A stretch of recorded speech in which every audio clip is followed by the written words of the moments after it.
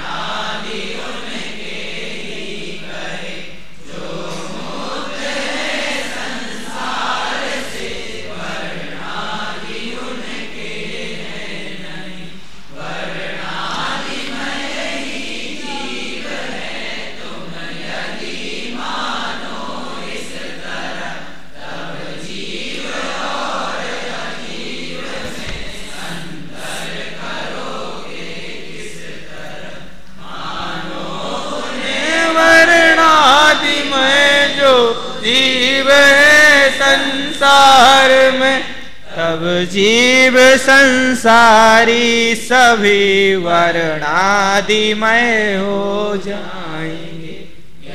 लक्षणों की एकता से जीव हो पुद्गल सभी, बस इस तरह तो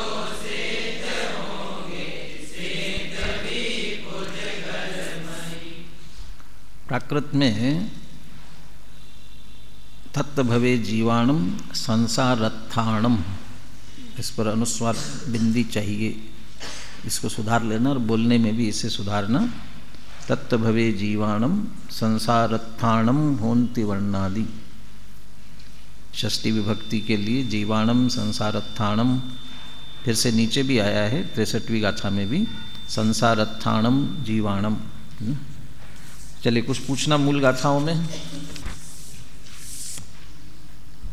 टीका में तादात्म्य लक्षण कहाँ होता है इसकी चर्चा ली गई है।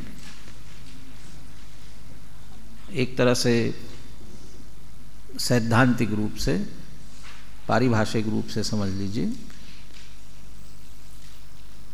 न्याय की शैली है, इसलिए अमृतचंद्र आचार्य किसी बात को कहते हुए पहले न्याय देते हैं। भाई इस सिद्धांत के आधार से हम बात कर रहे हैं, तो जो बात कहें उससे पहले वो सिद्धांत दे रहे हैं कि तादात्म्य क्या होता है। वो यदि यहाँ लागू होता है तो हम स्वीकार कर लेंगे, लागू नहीं होता है तो कैसे स्वीकार कर सकते हैं। टीका भी पूरी पढ़ेंगे चारों गाथाओं की, थोड़ी बड़ी है इसलिए थोड़ा धैर्य रख करके चलना। मालूम चला है सेकेंड ईयर वालों को भी आज जाने की कोई जल्दी नहीं है, इसलिए उधर के सुनने माने हॉर्न सुनने की तरफ ध्यान आएगा नहीं हॉर्न, इसलिए निश्चिंत होकर के बैठना, निर्विकल्प होकर के बैठना। इसमें भाव कितना सा है गाथाओं में जो आया बता दिया। वह वर्णादि का जीव के साथ तादात्म्य नहीं है। तादात्म्य मानोगे तो जीव पुद्गल एक हो जाएंगे, एक हो जाएंगे तो या तो पुद्गल को मोक्ष मानना पड़ेगा और या वो मानना पड़ेगा और जीव का अभाव हो जाएगा। अब इतनी सी बात है। इसलिए भाव सरल है लेकिन भाषा थोड़ी सी कठिन है। अमृतचंद्र आचार्य ने वैसे कठिन कठिन विषय आए वहाँ तो भाषा सरल रखी, यहाँ सरल विषय है तो थोड़ी सी उन्हें अपनी भाषा की प्रौढ़ता दिखाई, तो ये थोड़ी कठिन लगेगी, लेकिन भाव चूंकि ख्याल में है इसलिए समझ में आता जाएगा। देखिए पहले सबसे तादात्म्य लक्षण कहाँ होता है। यत किल सर्वासु अपि अवस्थासु यदात्मकत्वेन व्याप्तं भवति तदात्मकत्व व्याप्ति शून्यम न भवति तस्य तैहि सह तादात्म्य लक्षण संबंध स्यात्। चूँकि सिद्धांत सार्वभौमिक, सार्वकालिक, सार्वजनिक ऐसा होता है ना, हमें सब पर घटित होने वाला, सब पर होना चाहिए, इसलिए वो सर्वनामी सर्वनाम है ना, सर्वनाम से बात करते हैं। क्या सर्वनाम?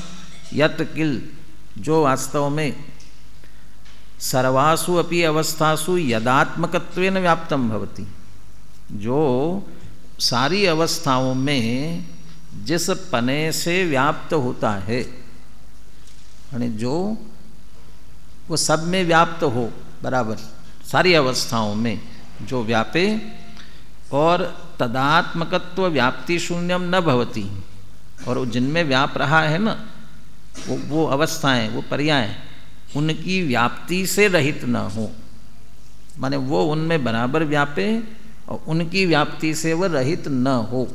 वो अस्ति नास्ति से कह दिया। जैसे गुण की परिभाषा अपन देते हैं, गुण किसे कहते हैं? जो द्रव्य की संपूर्ण अवस्थाओं में और संपूर्ण भागों में व्यापता है, संपूर्ण अवस्थाओं में सर्व भागों में व्यापता है, रहता है, उसे गुण कहते हैं। अब इसको नास्ति से कहेंगे, सर्व अवस्थाओं में सर्व भागों में व्यापता है और व्यापने से रहित नहीं रहता। सर्व अवस्थाएं जिसकी व्याप्ति से रहित नहीं होती, कोई अवस्था ऐसी नहीं होगी कि वह उसमें न व्यापे, ऐसी एक भी अवस्था नहीं होगी, तो उसके साथ कहेंगे वो तादात्म्य संबंध। उस जिसमें वह व्याप रहा है उनका और वो उसका, उसके साथ परस्पर दोनों का तादात्म्य संबंध होगा। तो जिसका जिसके साथ में, जो जिसके साथ या जिसमें जो सर्व अवस्थाओं में जिस पने से व्याप्त होता है, तो जो ये हो गया द्रव्य, अवस्थाओं में ये हो गया पर्याय, और जिस पने से, ये हो गया वो भाव, वो गुण, तो उससे व्याप्त अवश्य होगा सब पर्यायों में, और उसकी व्याप्ति से कोई अवस्था ऐसी नहीं होगी, उस व्याप्ति से शून्य होगी। तो ये इसलिए गुण की परिभाषा में जो द्रव्य की संपूर्ण अवस्थाओं में वो व्यापे, तो इसका सीधा तात्पर्य वो गुण है, वो उसका तादात्म्य संबंध है, क्योंकि सर्व पर्यायों में रहेगा।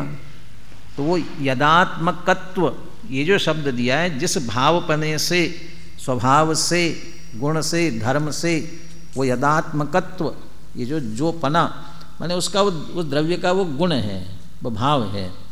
अब वो भाव कैसा कि सर्व अवस्थासु, सारी अवस्थाओं में व्याप्त होगा ही होगा, और कोई भी अवस्था उसकी व्याप्ति से रहित नहीं हो सकता। तदात्मकत्व व्याप्ति शून्यम न भवति, जो उसके व्याप्तिपने से रहित नहीं हो सकता।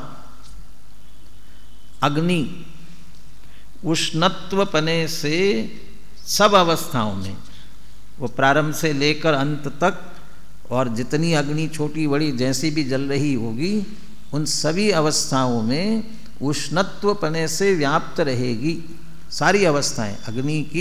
अग्नि सारी अवस्थाओं में उष्णत्वपने से व्याप्त रहता है। अग्नि की कोई अवस्था ऐसी नहीं होती है वो उष्णत्व की व्याप्ति से रहित होवे, इसलिए उष्णता का अग्नि के साथ में तादात्म्य संबंध है। तो ऐसा संबंध जहाँ होता है, तस्य तैहि सह, उसका उसके साथ तादात्म्य लक्षण संबंध कहा जाता है। उसका जो यदात्मकत्व, जो भाव सब में व्याप रहा था, उसकी व्याप्ति से रहित नहीं था, उसका, उस भाव का तैहि सह, उस द्रव्य के साथ क्या कहेंगे, तादात्म्य लक्षण संबंध कहेंगे। तो सीधा तात्पर्य हो गया ना। व्याप्य व्यापक में भी यही दिया था, जो द्रव्य सब अवस्थाओं में व्यापे वो तो व्यापक, और जो वो अवस्थाएं एक एक है वो व्याप्य, वो ऐसा व्याप्य व्यापक संबंध या तादात्म्य लिया हुआ है। वो सर्व अवस्थाओं में भी व्यापेगा, और नास्ति से क्या लेंगे, ऐसा नहीं लेंगे जो सर्व अवस्थाओं में व्यापता है। अवस्थाएं उसमें ऐसा नहीं, वो किसी भी, कोई भी उसकी अवस्था जो है उस व्याप्ति से रहित नहीं होगी, उसकी व्याप्ति से। ये अस्ति नास्ति है यहाँ। वह सर्व अवस्थाओं में व्यापेगा, कोई भी अवस्था ऐसी नहीं होगी कि उसके व्याप्ति से रहित होगी। तो जिसके साथ ऐसा संबंध होगा वह तादात्म्य लक्षण संबंध कहलाएगा। अब वर्ण पर घटित करते हैं इसे। ततः सर्वासु अपि अवस्थासु वर्णाद्यात्मकत्व व्याप्तस्य भवतः वर्णाद्यात्मकत्व व्याप्ति शून्यस्य अभवतश्च पुद्गलस्य। पुद्गल कैसा है, वह पुद्गल ऐसा है, सर्वासु अपि, उसकी सारी अवस्थाओं में वर्णाद्यात्मक पना व्याप्त होता है। कोई भी पुद्गल की अवस्था देखो, वहाँ वर्ण गंध रस स्पर्श पना नहीं पाया जाए, ऐसी कोई अवस्था होगी क्या पुद्गल की? तो सब में व्यापेगा। और वर्णाद्यात्मक व्याप्ति शून्य से अभवतश्च, और वर्णादि आत्मक पने की व्याप्ति से रहित ऐसा नहीं हो सकता। अभवतः, ऐसा जो पुद्गल है उसका वर्णादि भी सह तादात्म्य लक्षण संबंध स्यात्, वर्णादि के साथ तादात्म्य लक्षण संबंध होता है। शक्कर के मीठे मिश्री के साथ मिठास का कैसा संबंध है? तादात्म्य संबंध है। तो उसे कुछ भी करो, मिश्री डली के रूप में है तो मीठी रहती है, उसे टुकड़े कर दिया छोटे छोटे तो मीठी रहती है, और उसे बारीक चूर्ण कर दिया जाए तो मीठी रहती है, पानी में घोल दिया जाए तो मीठी। सारी अवस्थाओं में वो मिठास नहीं छोड़ता। तो मिश्री मीठा पना मिश्री की सारी अवस्थाओं में व्याप्ता है, और मिश्री की कोई अवस्था मीठे पने की व्याप्ति से रहित नहीं होती। इसलिए मीठे पने का मिश्री के साथ तादात्म्य संबंध है। ऐसे वर्णादि का, वर्णादि पना पुद्गल की सारी अवस्थाओं में व्याप्ते हैं, पुद्गल की कोई भी ऐसी अवस्था नहीं है जो वर्णादि के व्याप्तिपने से रहित होती हो। इसलिए पुद्गल का वर्णादि के साथ तादात्म्य लक्षण संबंध होता है। ये सिद्धांत हो गया पूरा। अभी गाथा की व्याख्या नहीं आई है, अब गाथाओं की व्याख्या प्रारंभ होती है।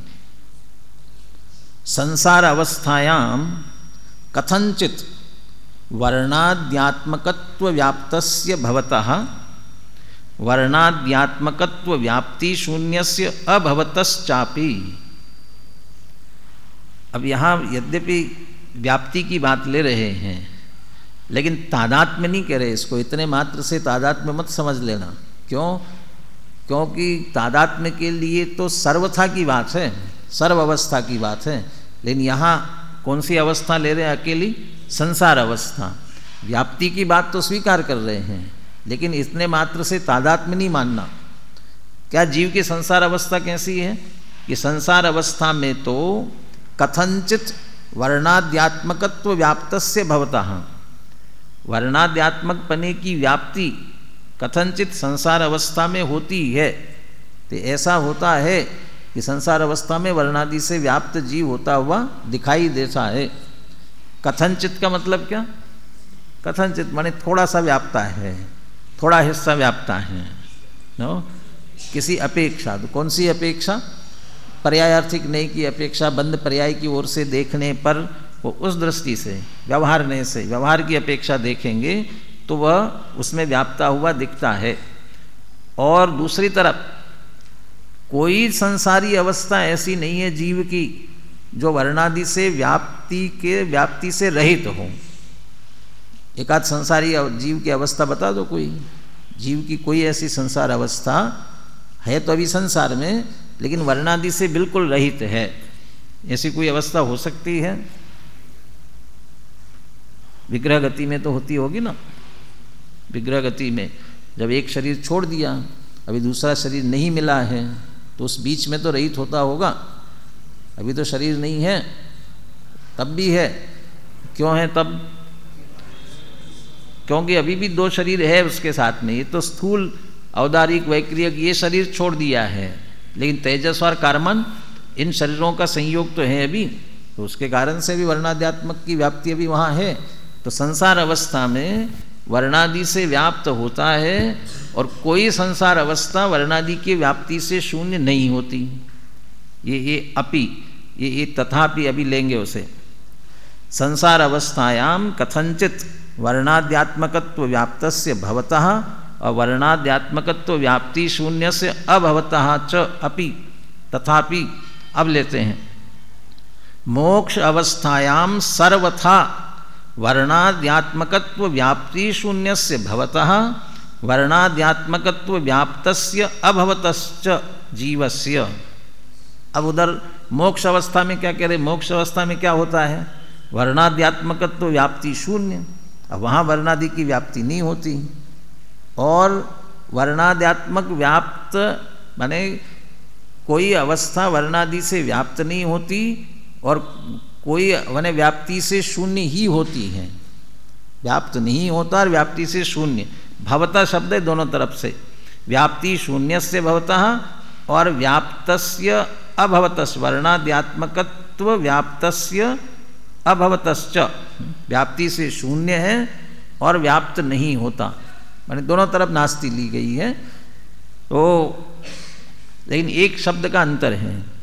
संसार अवस्था की बात करते हुए क्या शब्द लगाया, और मोक्ष अवस्था की बात करते हुए क्या शब्द लगाया? क्या अंतर दिया? वहाँ कथंचित कहाँ और यहाँ सर्वथा कहाँ? क्योंकि ये अब कौन सी अपेक्षा लगाओगे? यहाँ बिल्कुल स्वभाव से भी है और पर्याय से भी है, इसलिए सर्वथा कह रहे हैं। सर्वथा ही नए चक्र में बात आ रही थी आपकी, माने वो सिद्ध भगवान को क्या अपेक्षा लगाई जाए जिससे उसको माने विकारी कहा जाए या ये शरीर वाला कहा जाए, या जैसे अभी यहाँ वर्णादि के साथ या मूर्तिक पने की बात कर रहे, किस अपेक्षा कहा जाए? कि द्रव्य स्वभाव भी वैसा ही और पर्याय भी वैसा ही, इसलिए कह रहे सर्वथा शब्द लगाया इसमें। जब ये स्थिति है तब जीवस्य वर्णादि भी सह तादात्म्य लक्षण संबंधो न कथंचनापि स्यात्। अब ये भी विचित्र है। पहले तो कह दिया था ना कथंचित, ऊपर पहले स्वीकार किया, कथंचित संसार अवस्था में तो होता है ना, ठीक है, मोक्ष अवस्था में नहीं होता।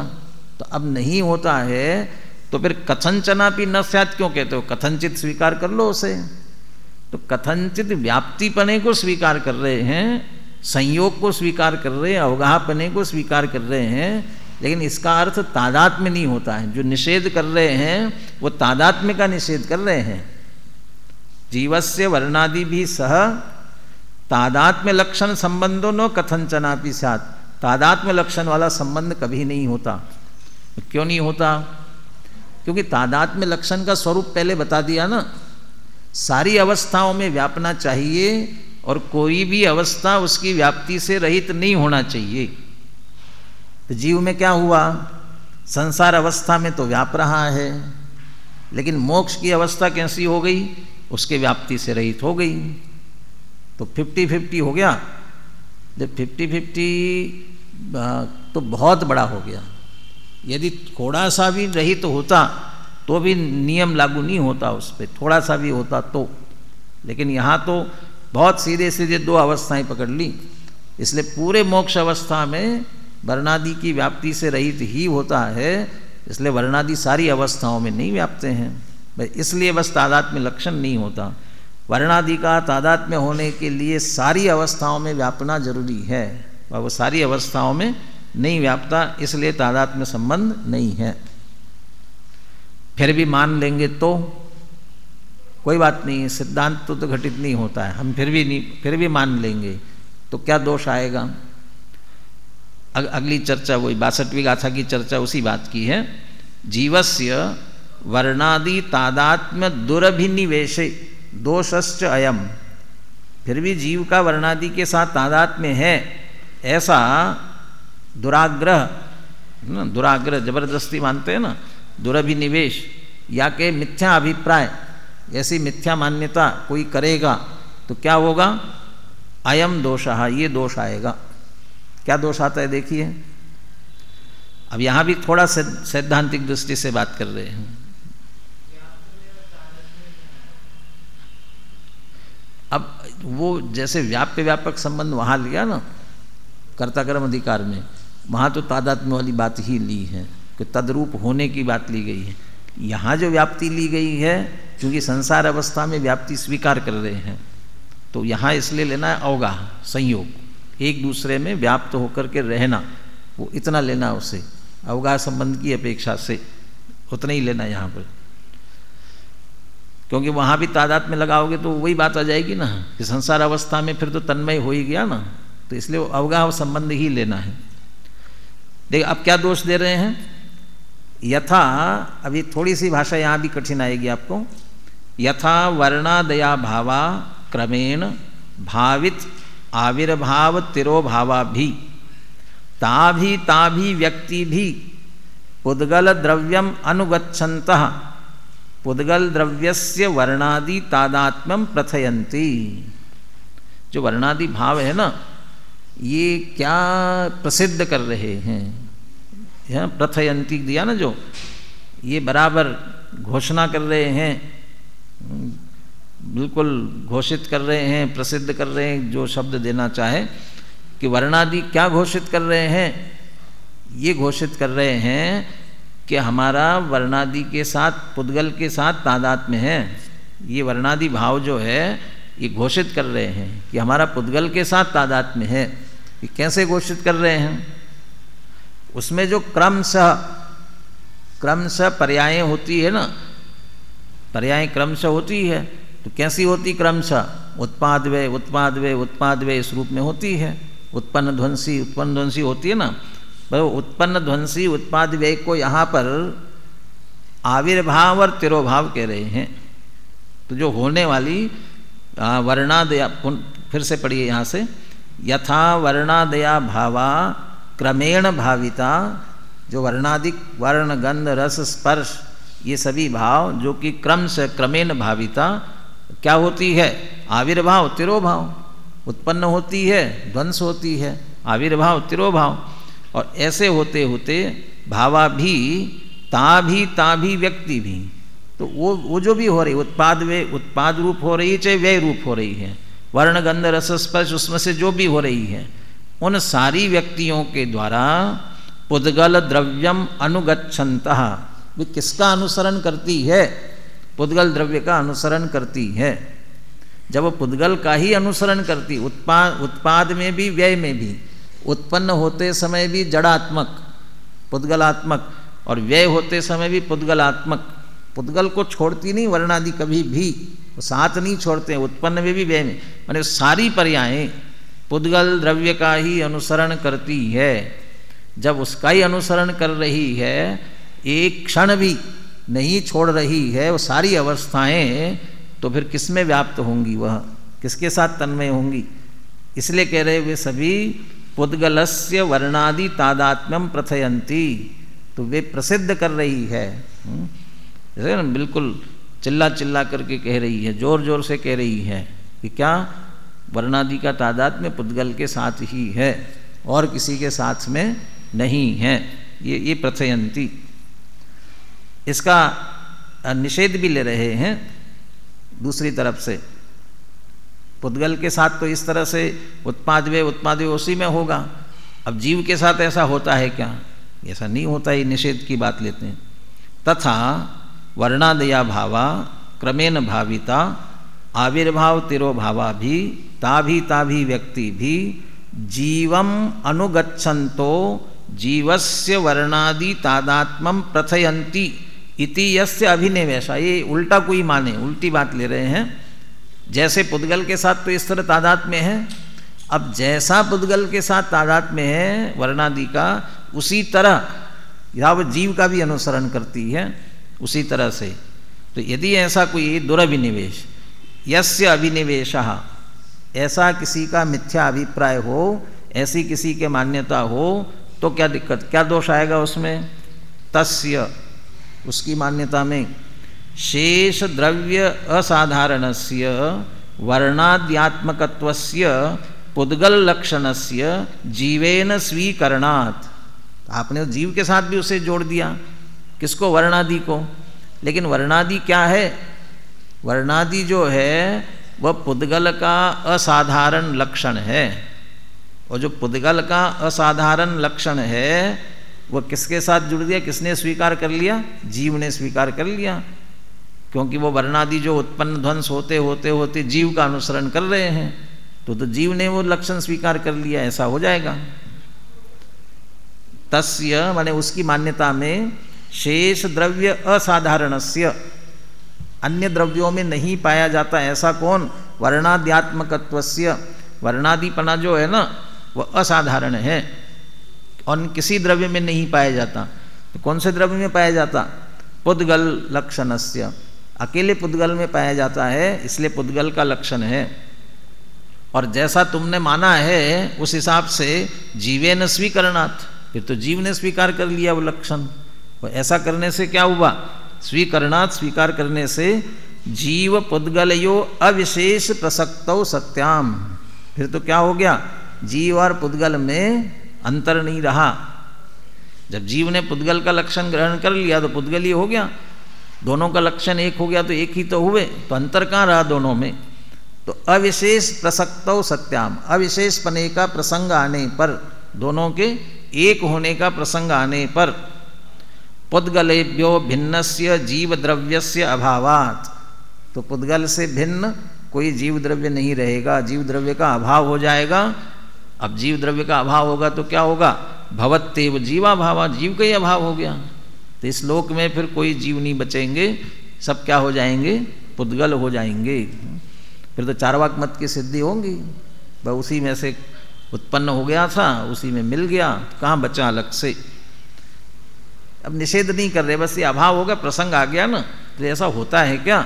नहीं होता है, इसलिए तुम्हारी मान्यता उचित नहीं है। ये निषेध इसी में से समझ लेना। तो बचने के लिए ये कहेगा कि हम सर्वथा नहीं कह रहे हैं, मात्र संसार अवस्था में तादात्म्य मान लेते हैं, तब तो कोई दिक्कत नहीं है ना। अकेले संसार अवस्था में तो अब तो कोई हमारे बात सही सिद्ध हो सकती है, अकेले उसमें भी फिर दोष देते हैं। संसार अवस्थायाम एव जीवस्य वर्णादि तादात्म्यम इति अभिनिवेशे अपि अयमेव दोषः। मात्र संसार अवस्था में ही जीव का वर्णादि के साथ तादात्म्य है, यदि ऐसा भी मान लिया जाए तो भी वही दोष आएगा। मैंने आधा आधा सच मान लिया, आधी बात तो हमारी मान लो, आधी बात रख लो, तो कहते आधी बात भी मानने पर दोष तो वही का वही आता है। कैसे? यस्य तो संसार अवस्थायाम जीवस्य वर्णादि तादात्म्यम अस्ति इति अभिनिवेशः तस्य तदानीं स जीवो रूपित्वम अवश्यम अवाप्नोति। कि जिसकी ये मान्यता हो कि संसार अवस्था में जीव का वर्णादि के साथ तादात्म्य है, तो क्या संसार अवस्था में वर्णादि से तादात्म्य हो गया ना। अब यहाँ व्याप्त नहीं लेना, तादात्म्य तन्मय, तो तन्मय यदि हो गया तो फिर उस अवस्था में तो वह जीव तदानीम, तब जीव रूपित्वम अवश्यम अपनोति, रूपी पने को निश्चित प्राप्त हो गया, रूपी हो गया। और रूपी लक्षण किसका है? वो पुद्गल का है। तो फिर वो क्या हो गया संसार दशा में? ये पुद्गल हो गया। वही स्पष्ट कर रहे हैं आगे, रूपित्वम च शेष द्रव्य असाधारणम कश्चित द्रव्य से लक्षणम अस्ति। रूपीपना जो है ना, वह किसी अन्य द्रव्य में न पाया जाए, ऐसा असाधारण किसी द्रव्य का लक्षण है वो रूपीपना। अभी थोड़ा सा भाषा बनाने, अलंकारिक भाषा का बात करते हुए कहा तुम वह रूपी हो गया, तो रूपी तो हो गया, लेकिन रूपी 6 द्रव्यों में से किसी का लक्षण है। तो किसका लक्षण है? तो वो लक्षण जीव में घटित हो गया। तो जो लक्षण घटित हो गया तो जीव वही द्रव्य हो जाएगा। रूपित्वम च शेष द्रव्य असाधारणम कश्चित द्रव्य से लक्षणम अस्ति ततो रूपित्वेन लक्ष्यमाणम यत्किंचित भवति स जीवो भवति। जब रूपित्वपना किसी का लक्षण है, किसी द्रव्य का, और वह लक्षण किस में घटित हो गया? जीव में घटित हो गया, तो फिर रूपीपने से लक्षित होने वाला जो कोई है स जीवो भवति, वह जीव होता है। रूपीपने से युक्त है वह, तो कौन है रूपीपने से युक्त? पुद्गल है, तो पुद्गल जीव हो जाएगा। फिर रूपित्वेन लक्ष्यमाणम पुद्गल द्रव्यमेव भवति, तो रूपीपने से लक्षित ऐसा पुद्गल द्रव्य ही होता है। एवं पुद्गल द्रव्यमेव स्वयं जीवो भवति न पुनरितरः कतरोपि। जब वो लक्षण ही घटित हो गया तो पुद्गल द्रव्य स्वयं ही जीव हुआ, या फिर जिस जीव में वो पुद्गल का लक्षण घटित हो गया वो पुद्गल हो गया। न पुनरितरः कतरोपि, और तो कोई द्रव्य सिद्ध नहीं हुआ, पुद्गल ही सिद्ध हो गया। न इतर कतरापि, माने इतर कोई दूसरा अन्य कोई भी, वो भाषा है इतरा कतरोपि, तो कतरोपि माने कोई भी, माने अन्य कोई द्रव्य सिद्ध नहीं हुआ, पुद्गल द्रव्य ही सिद्ध हो गया। तो सुविधा जीव को पुद्गल होने का प्रसंग आएगा, ये बहुत बड़ा दोष आएगा। तथा च सती, हो जान दो, क्या बिगड़ता है, लेकिन ऐसा होने पर क्या दोष आएगा ये तो देखो आगे।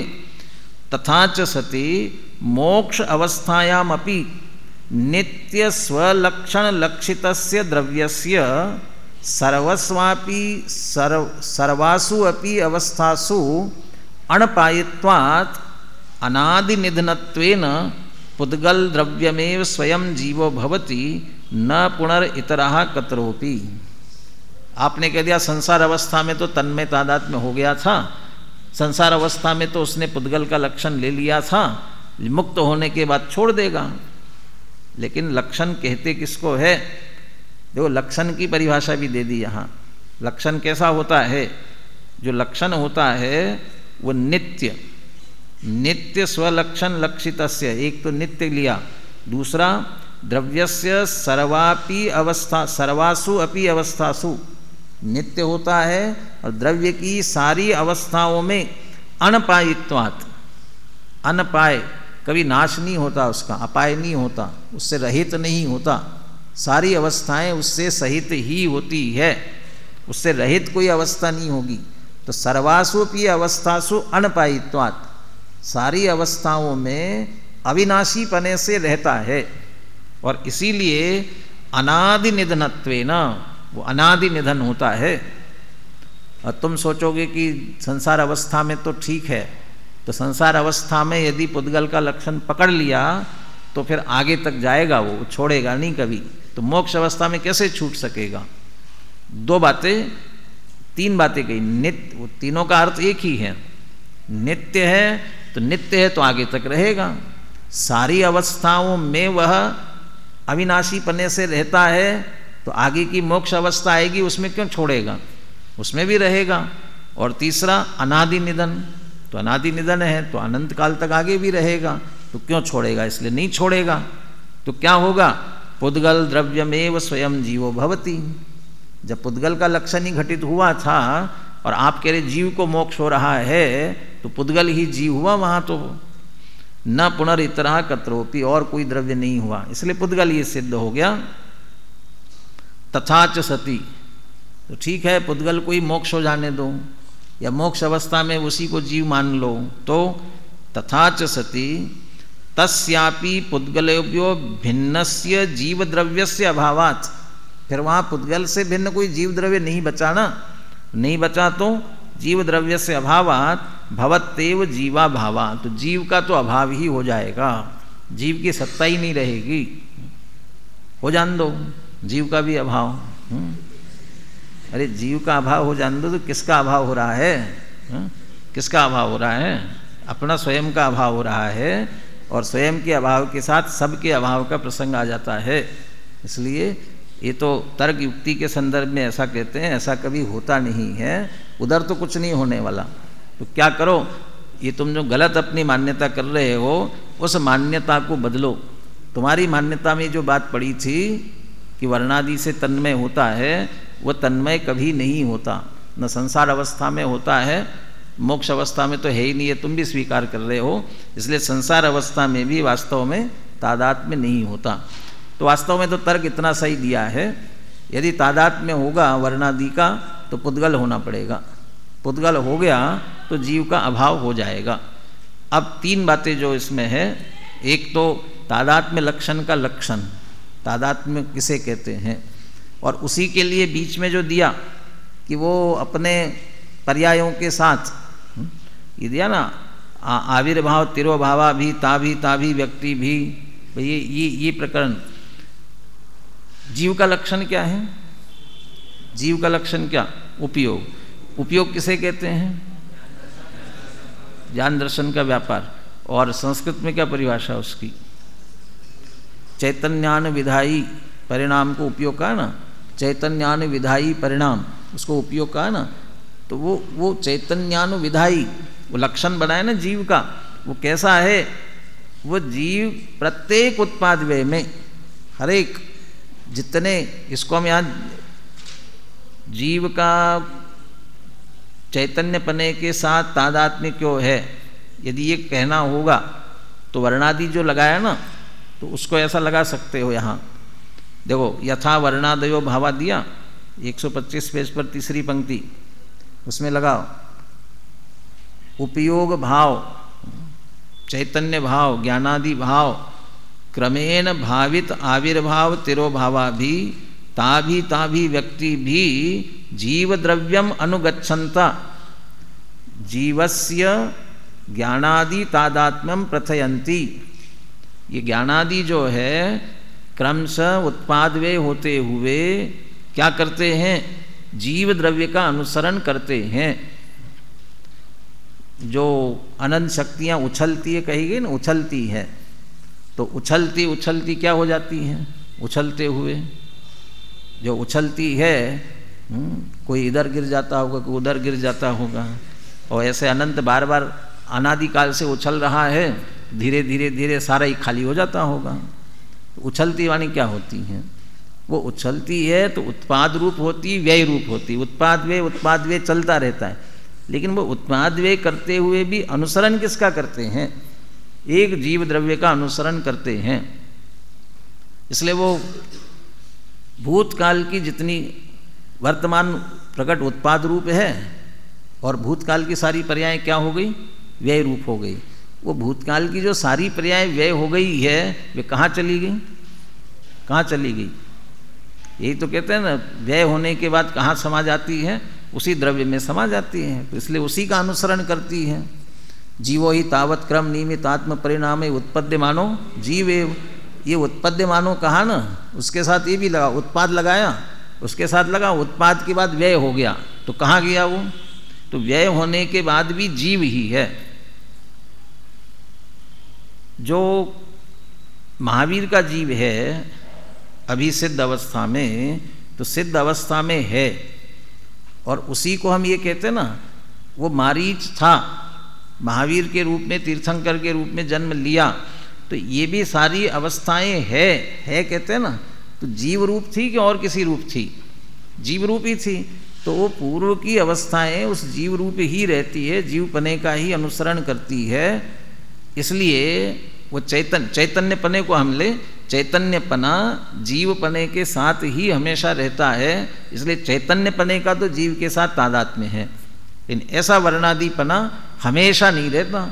संसार अवस्था में उत्पाद वे करता हुआ दिखेगा आपको कि वो जड़ है, रूपी है व्यवहार से, परंतु मोक्ष अवस्था में जाओगे तो वहाँ तो रहता नहीं है। तो सारी अवस्थाओं में कहाँ रहा? वह वर्णादिपने ने जीव का अनुसरण सारी अवस्थाओं में नहीं किया। यदि सारी अवस्थाओं में अनुसरण करता तो उसे हम तादात्म्य मानते, लेकिन अनुसरण नहीं करता, इसलिए हम उसे तादात्म्य नहीं मानते। और अकेले संसार अवस्था में भी तादात्म्य मानोगे तो फिर मोक्ष में भी वो साथ नहीं छोड़ेगा, वो साथ साथ में रहेगा। तो फिर मोक्ष अवस्था में जीव नहीं रहेगा, पुद्गल हो जाएगा, तो जीव के अभाव का प्रसंग आएगा। अब इसे पढ़ लीजिए। 4 गाथाएं अपनी एक साथ पूरी हो गई, और 5 ही मिनट में ज़्यादा हुआ, ज़्यादा नहीं हुआ, सीधा सीधा विषय था इसलिए नहीं हुआ। लेकिन अब इसे आप पढ़िए जरूर, ताकि विषय और स्पष्ट हो जाए आपका। अब 4 गाथाएं, विषय हो गया जीवाजीव अधिकार का पूरा। अब 4 गाथाएं जो रह गई है वह उपसंहार है पूरा। अगली गाथा की उत्थानिका लिखी भी है। अब इसी बात का उपसंहार करते हैं। अजीव को जीव मान रहे थे, ये संभव नहीं है। अब इस प्रकरण का उपसंहार, गाथाएं 4 है, कलश ज़्यादा हैं, और कलश मार्मिक कलश है, अच्छे कलश हैं, इसलिए अभी 4 का 4 दिन में नहीं निपटेगा, थोड़ा अधिक भी समय लग सकता है। तो जब अभी आपके खेल कूद प्रारंभ नहीं होते तब तक ये कक्षा अभी ऐसे ही चालू रखेंगे। जितना विषय हो जाएगा निपट जाएगा उतना। दीजिए उपस्थिति।